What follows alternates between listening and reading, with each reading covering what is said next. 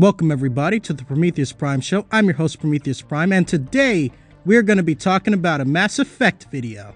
Now, today I have some guests. This response is going to be a tryout, so say hello to Muika Suika and Enclave Emily. To be honest, Enclave Emily is going to be more of a fun tag-along, but Muika Suika is also a Mass Effect fan, and she has a YouTube channel where she makes yandere ASMR style videos. So make sure to subscribe to her after you watch this video. Early warning guys, me and Muika have different ways of doing commentary. Muika may look and sound like an angel, but in reality, she is an extremely mean-ass bitch when it comes to people making foolish arguments. She doesn't suffer fools as well as I do, so if you aren't really prepared for that, then I completely understand. I guess you could try and think of this as a good cop, bad cop situation, with Emily being the neutral, more sassy cop. I hope you both are ready because we're about to cover an old target named Hey Poor Players TV. They made a really bad Ocarina of Time video that I made a response to, link in the description, so hopefully this video is much better than that one. Look, let's get this out of the way. Despite the title saying second opinion, the rest of the title is making an objective claim about the quality and authenticity of the Mass Effect series. So given that fact, the subjectivity shield will not save you here. I think Mass Effect sucks is a subjective claim. Mass Effect is a bad video game is an objective claim. Now that we have gotten the formalities out of the way, let's hear why Mass Effect is a masterclass in bad design. With a title like that, you already know it's gonna be something very special. Let's get right into the news! People really didn't like that Persona 4 video, huh? Look, I get it. I don't expect everyone to like every video, and I appreciate that Persona 4 means a lot to a lot of people. And some of the criticism we got was very fair and much appreciated, but at the same time, there were a lot of people complaining that the video seemed too subjective, which is kind of a silly thing to say about a video in a series half of whose title is literally the word opinion. Okay, this is supposed to be about Mass Effect. Here's a little, second opinion from a random girl. Persona 4 has nothing to do with your opinion on Mass Effect. He is talking about one of the, well, let's say a game series that has had one or two controversies because, let's just keep it at that, like, you can talk about Mass Effect for hours. And yet this video is 10 minutes, and we are already 1 minute in, and he's going on about Persona 4, and he's got a long intro for some reason. Honestly, if it were me, I would probably cut this part out. To be honest, it's particularly poor form to spend more than 10% of your video with introductions and complaining about the previous episode's backlash. Especially considering the fact that without the long intro and the complaints in question, your video wouldn't even reach the 10-minute mark. I'd imagine that when somebody clicks on a video that is titled Mass Effect is a masterclass in bad design, naturally, we would like to see a video about that subject specifically. So it would behoove you to not waste your audience's time with pointless fluff that has absolutely nothing to do with the subject in question. So, Mass Effect Andromeda came out a few months ago, and, well, it's fine. It's a pretty standard third-person shooter, duct-taped to a pretty standard RPG, with a handful of incredibly frustrating mechanics, and your enjoyment of the product as a whole is going to depend largely on how invested you are in the characters and the world building. In other words, it's a Mass Effect game. In the years since the original trilogy's release, its fanbase has become absolutely cultish, repeatedly insisting that the second game in particular is among the best games ever made, one of the defining video game franchises of the 7th generation. I mean, it got put in an art exhibit in the Smithsonian, for goodness sakes. You're throwing out accusations of garbage like this makes me wonder what's your true opinion on this stuff, because you don't seem to actually have a statement here. You're just going off about the stuff you started with. If you're gonna do a Mass Effect video, please jump right into the video. Don't talk about stuff in the past. You got fucking diehard fanatics in every fandom of these games.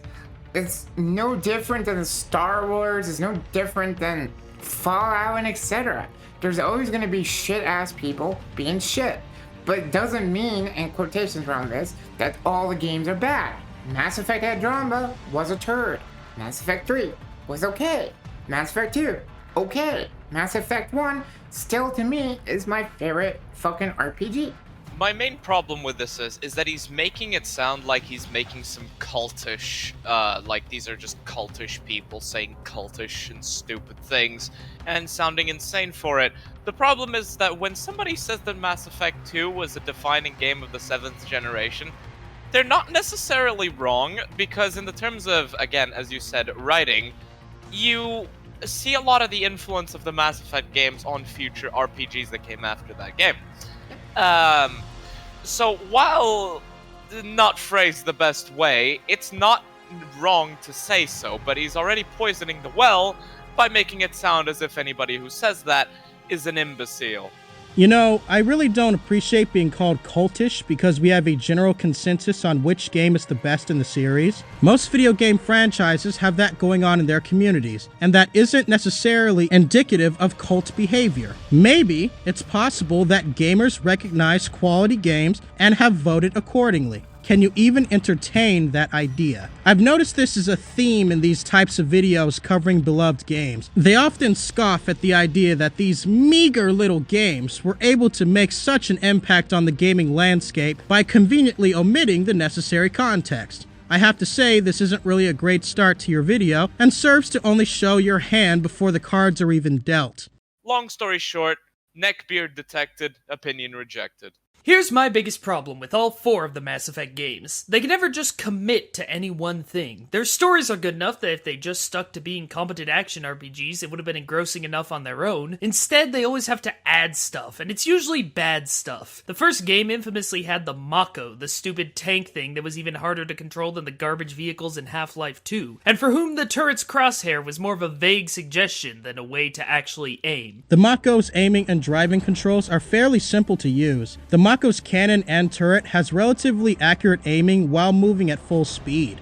I generally find myself constantly being able to snipe enemies, and you can also zoom in for more precision. The aiming mechanics work exactly as intended. Perhaps your difficulty hitting your targets is dependent on a general lack of proficiency performing the action. In short, get good, scrub.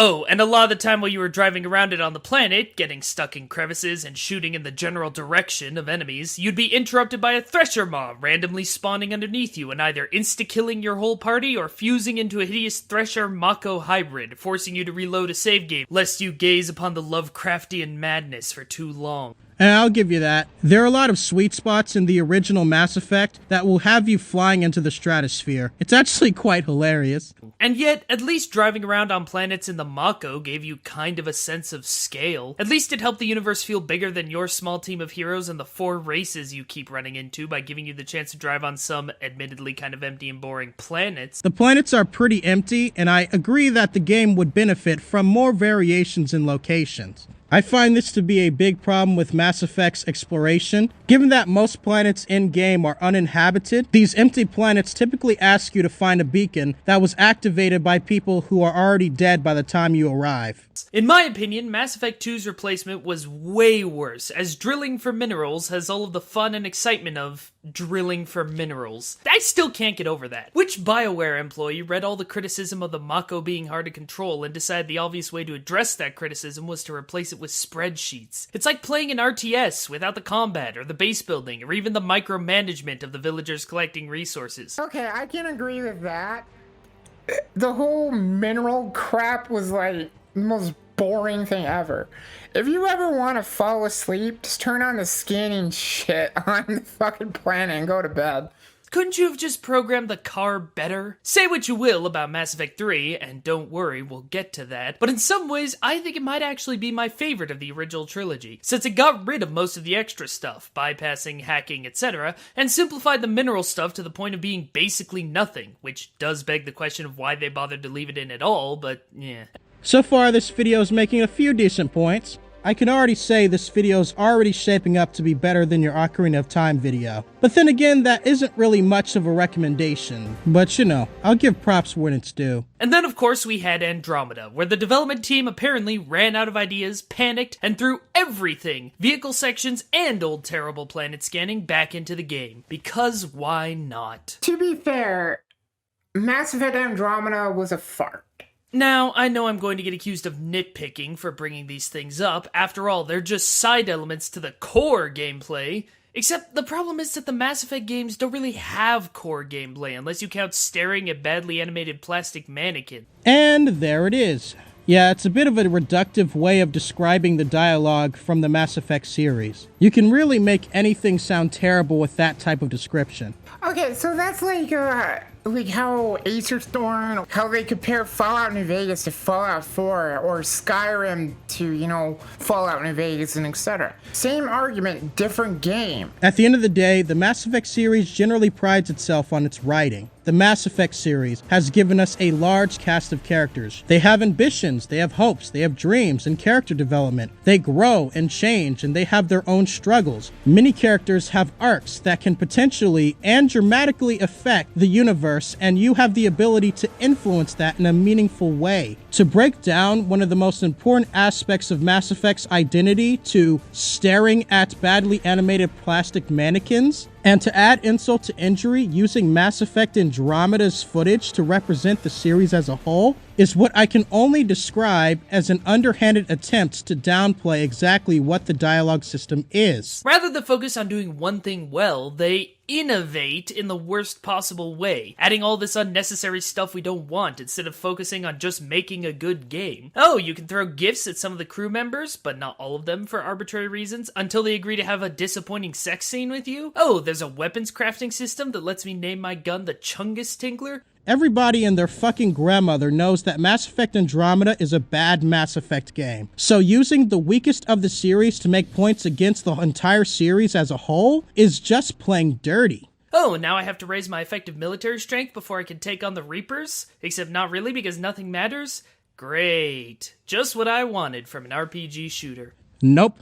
Now, this criticism might be valid if the free extended cut DLC wasn't a thing that existed, but it does, so it isn't. Now, I might be willing to give you guys the benefit of the doubt and say you didn't know that the DLC existed before you guys made your video. However, I'm pressing X to doubt on that, considering the fact that the extended cut DLC came out June 26th of 2012. Your video released May 19th, 2017. Almost 5 years of time have passed between those two events. Also, given the insurmountable amount of YouTube videos and media coverage in general claiming that this free DLC has fixed Mass Effect 3's ending and made Mass Effect 3 actually worth replaying, there's absolutely no possible way you didn't know about it. For those of you who don't know, the Extended Cut DLC adds lots of context and additional content to the ending of the game, and goes deeper into the effects you've had on the universe. Omitting that fact is pretty disingenuous at worst,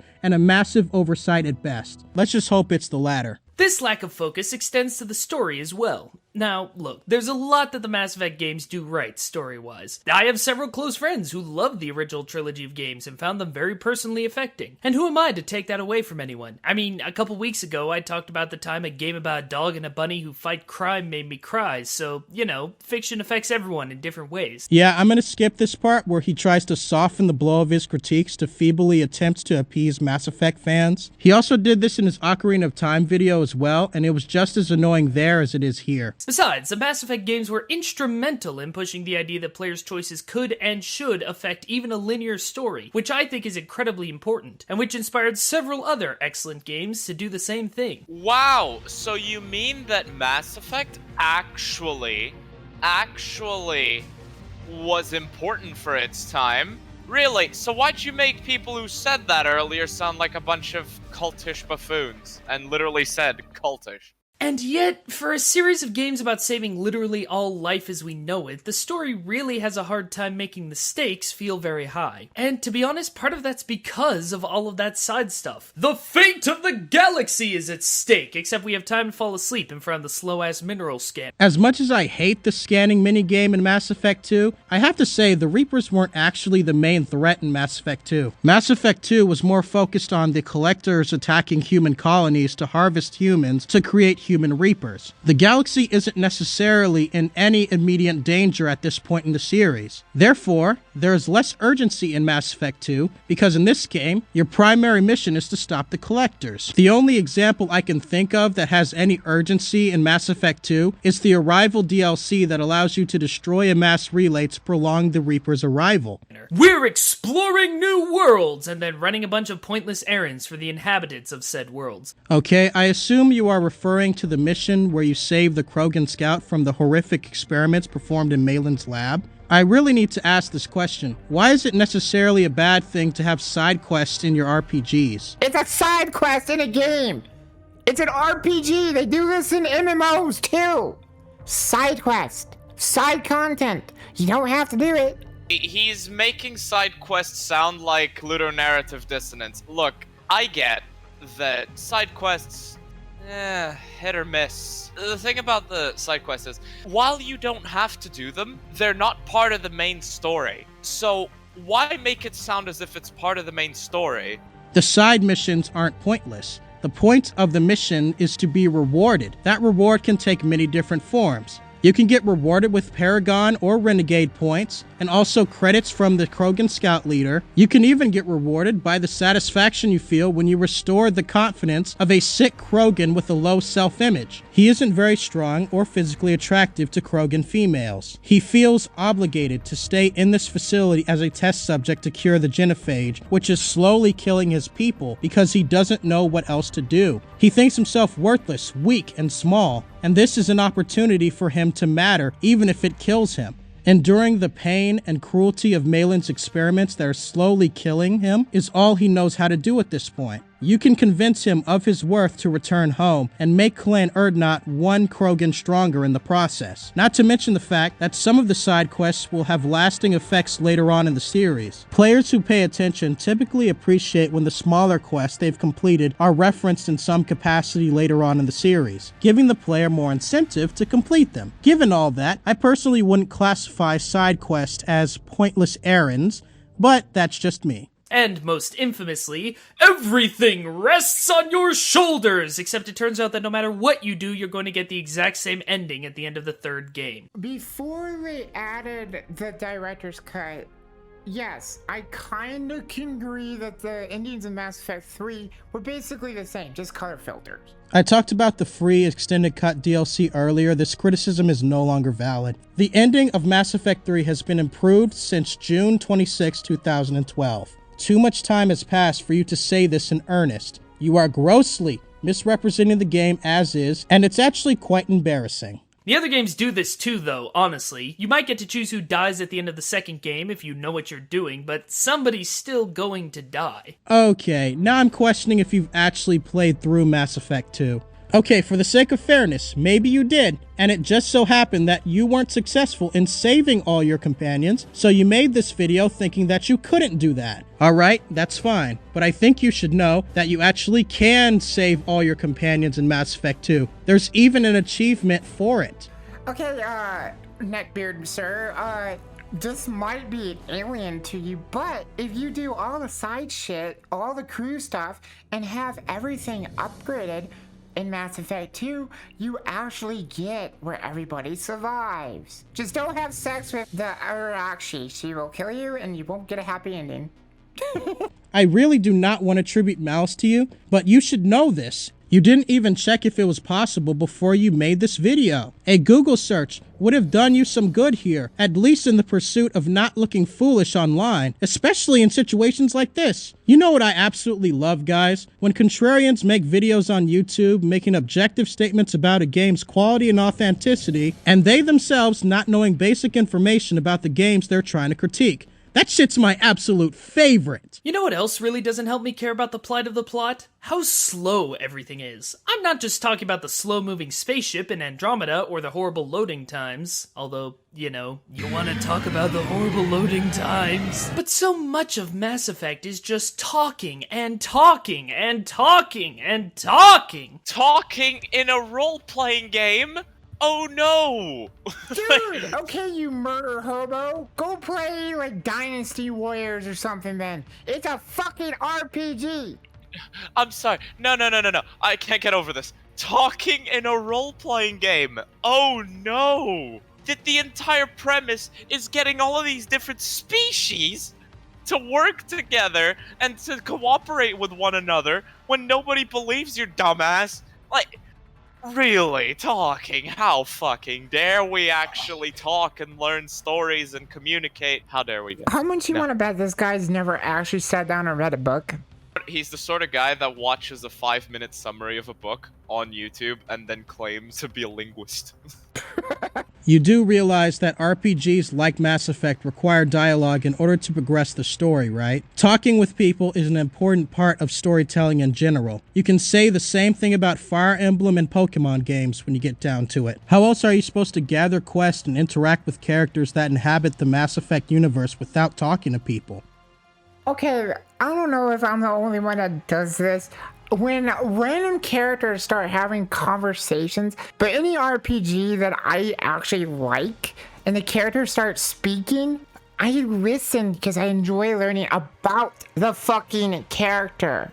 Also, if need be, you can skip through the dialogue. So sorry for trying to immerse you in this series. It's not like it's standard BioWare fare or anything. When I think of great storytelling in video games, I think about games that actually make the storytelling a part of the game. Something like Undertale, or The Search, or The Stanley Parable, or Portal. Something that tells an engaging and interesting story that could only be told in a video game. Mass Effect isn't a video game. It's a series of 450,000 word audiobooks, not counting the ridiculous journal logs. Okay, so I think I understand what you might be getting at here. So I think your criticism is that Mass Effect tells a story through mostly dialogue. Well, I'm not really sure why that is a bad thing necessarily, but let's say for the sake of arguments that it is. If that's what you are saying, then I'll have to disagree with you on this because stories are told through visual storytelling as well in Mass Effect. There are many locations that tell a story without dialogue being required. Nobody has to tell you that the Citadel is a massive quasi-utopian bureaucracy that works hard to maintain the perception of control and order, but under the surface is filled with corrupt elected officials who prioritize their own goals over actual racial equality. Nobody has to tell you that Omega is a chaotic, dirty, scandalous place that runs on vice, debauchery, and violence. With the poverty and the decay, as well as the gangs and mercenaries, one might say that Omega is a dangerous or fun place to live, depending on who you ask. Nobody needs to tell you that Ilium is a massive trading hub for the universe, where credits are constantly exchanged and slavery is permissible. The bottom line matters so much that the lives of the workers are expendable, and if you aren't on top, you are basically nothing. You don't need any dialogue at all for those stories to be told, but considering how inherently important dialogue is to the RPG genre, I can see why the extra context that dialogue provides is necessary, especially in a series as vast as Mass Effect. You can only make the most informed decisions in the series through the extra context you get from the world building and dialogue. Mass Effect is an RPG, and in an RPG experience, the storytelling is inherently part of the game. You also can't really compare The Search, The Stanley Parable, Portal, because none of these other games you have brought up are role-playing games. Undertale has RPG elements in the combat, absolutely. They approach storytelling in different ways and cannot realistically be compared regardless. This is an apples to bullets comparison, and just because they approach storytelling differently doesn't necessarily mean it's executed better. Now, if you think it does, if that's your opinion, I can't argue against that, nor would I even want to, even if I could. As it stands, asking Mass Effect to conduct its storytelling like Undertale or Portal would most likely do more harm than good given the different intentions of these games. Still, by far the worst part of Mass Effect's story is the Paragon and Renegade system. Most moral choice systems were bad, which is why they seem to have gone the way of the Kinect in recent years. As has, the Kinect. Even at their best, they're shallow substitutes for actual morality that often feel very forced. But the Paragon Renegade system is a special case, in part because Mass Effect as a series relies so much on its story. The problem is that all the good endgame gear requires you to have either gone full Paragon or full Renegade, which means that those choices the game otherwise handles so well aren't about what you actually believe or what you want to do. They're about what toys you want to fight the final boss with. You're either going to be Mother Teresa or Benito Mussolini. And that means you can't care as much about the main character, and by extension the plot, as you would if you could actually make those decisions by your own, decision. a la Deus Ex.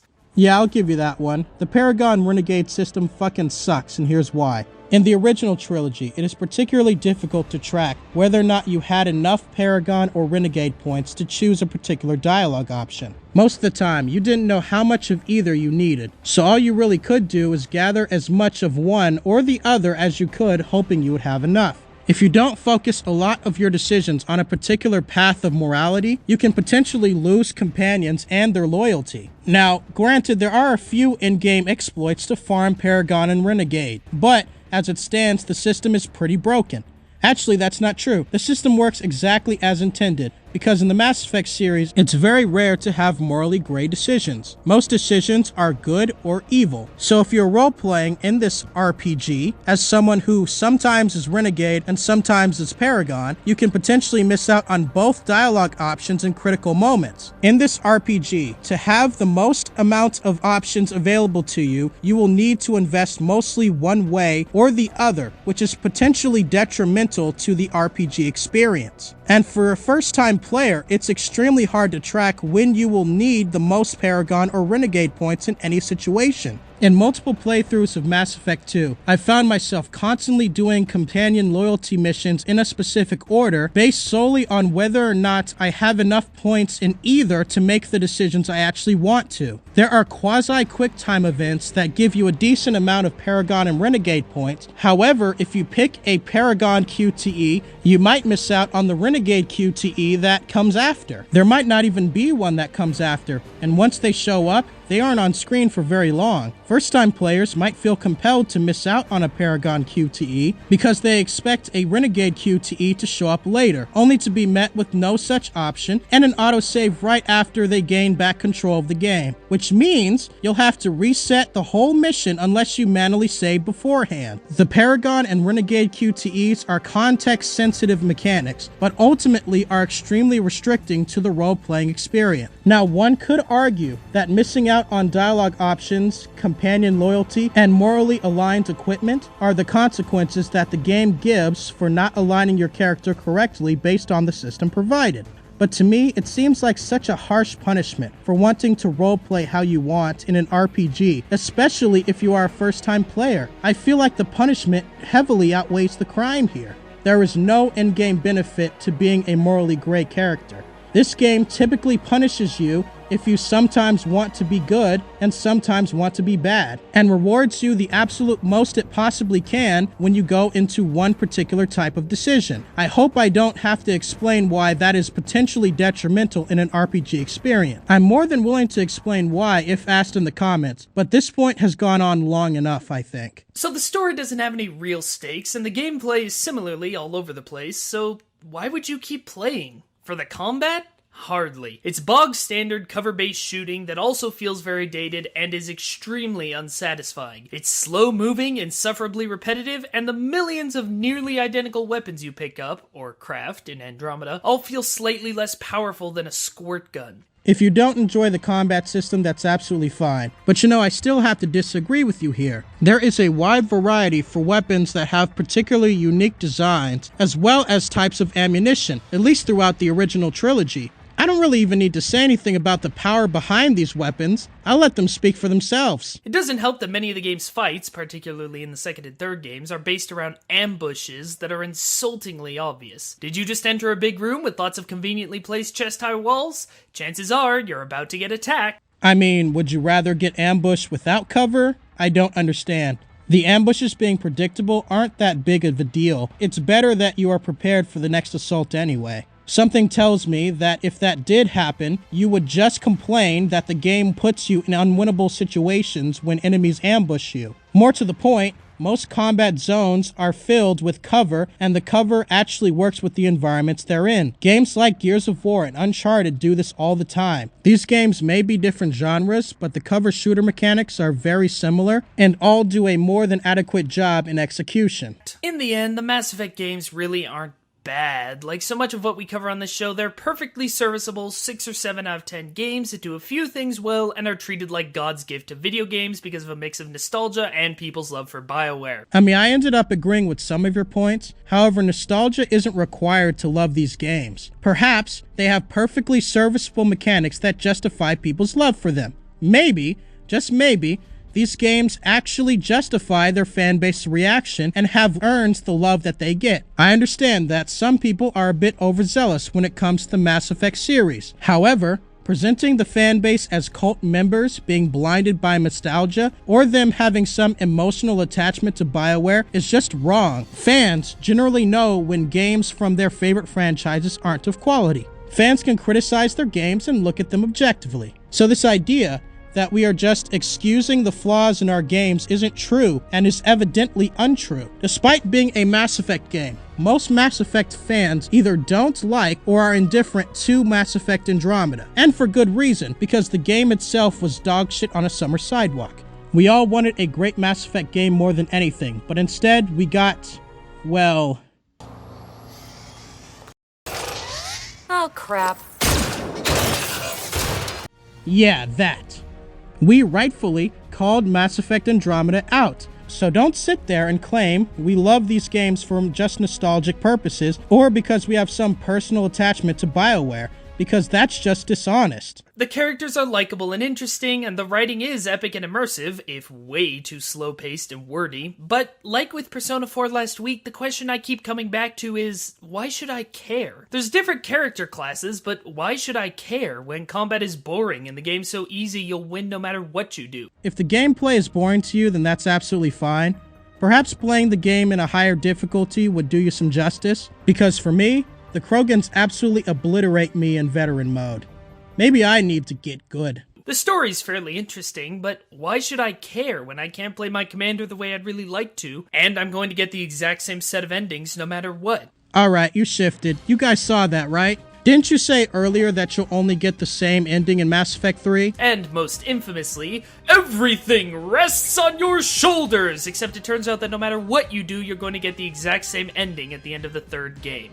So now you're saying Mass Effect 3 has the same set of endings. Perhaps it would behoove you to get your narrative straight. That would make you look less ridiculous to anyone paying attention. There's lots of things to do, but why should I care when they're all so half-baked and boring? If the game's clicked for you, that's fine. That's good. I'm glad you found something you connect with. But when you look at them with a critical eye, the Mass Effect series of games are an absolute masterclass in bad game design. If you're talking about Mass Effect Andromeda, then I completely agree. But as it stands for the original trilogy, you still have not substantiated that claim. Special thanks to the Stick Nick, who requested that we cover Mass Effect 1 and Mass Effect 2 way back on the second opinion video. Sorry it took us so long to get around to it, but then it wouldn't be Mass Effect if it hadn't taken an incredibly long time to load. Oh, burn! And that's my professional opinion. Boom! Alright, can we stop this? I don't want to see Let's this stop. dumbass's face anymore. Alright, we're done.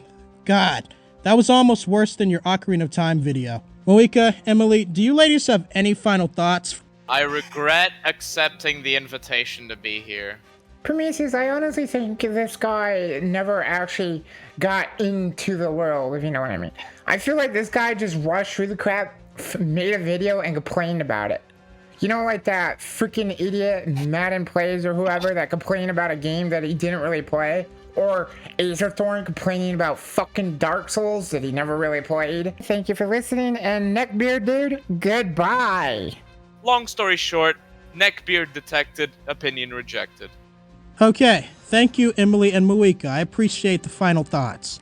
Okay, so videos like this are exactly why I make the videos I do. Here's the deal. Everyone I've made responses on weren't qualified to make the statements they tried to make in earnest. This isn't about your opinions, Mr. Second Opinion. You make judgments based on evidence, and that evidence is insufficient at best and generally contradictory at worst. Just like in your Ocarina of Time video. You misrepresented the subject matter and broke down basic mechanics to their most superficial elements just so you can make them look as bad as possible. The subjectivity shield is a common defense for contrarians like Second Opinion here. So let's get into that. I think Skyrim isn't a good game is a subjective claim. That's yours, and nobody can take that away from you. I wouldn't want to, even if I could. That's your opinion. Now, saying Skyrim is a bad game, that's an objective claim, because now you are making a statement about the quality and authenticity of Skyrim. I'm sorry, Mr. Second Opinion, these titles aren't subjective. They make claims that the content in the videos don't back up. I can hear people saying it already. It's just his opinion, man. Leave him alone. That isn't going to save Mr. Second Opinion in this case. Because, Mr. Second Opinion, you are misrepresenting these video games and presenting them in bad faith. If you are going to talk about an entire series, it would behoove you to make sure you know what you are talking about to not accidentally lead your audience astray. I don't get it. People like this want to be respected and seen as knowledgeable and trustworthy. Unfortunately, your professional second opinion is everything but that. You don't do the most basic of research required to make these statements in earnest. You claim to want to challenge the narrative around these video games and provide evidence that might make people question the consensus made about these video games, and this is what you bring to the table? If there is one word I could use to describe your video, I'd use insulting. It's insulting to me. It's insulting to your audience's intelligence. It's insulting to Emily and Muika's brain cells. And worst of all, it's insulting to every YouTuber who makes content covering video games. But that's just my opinion.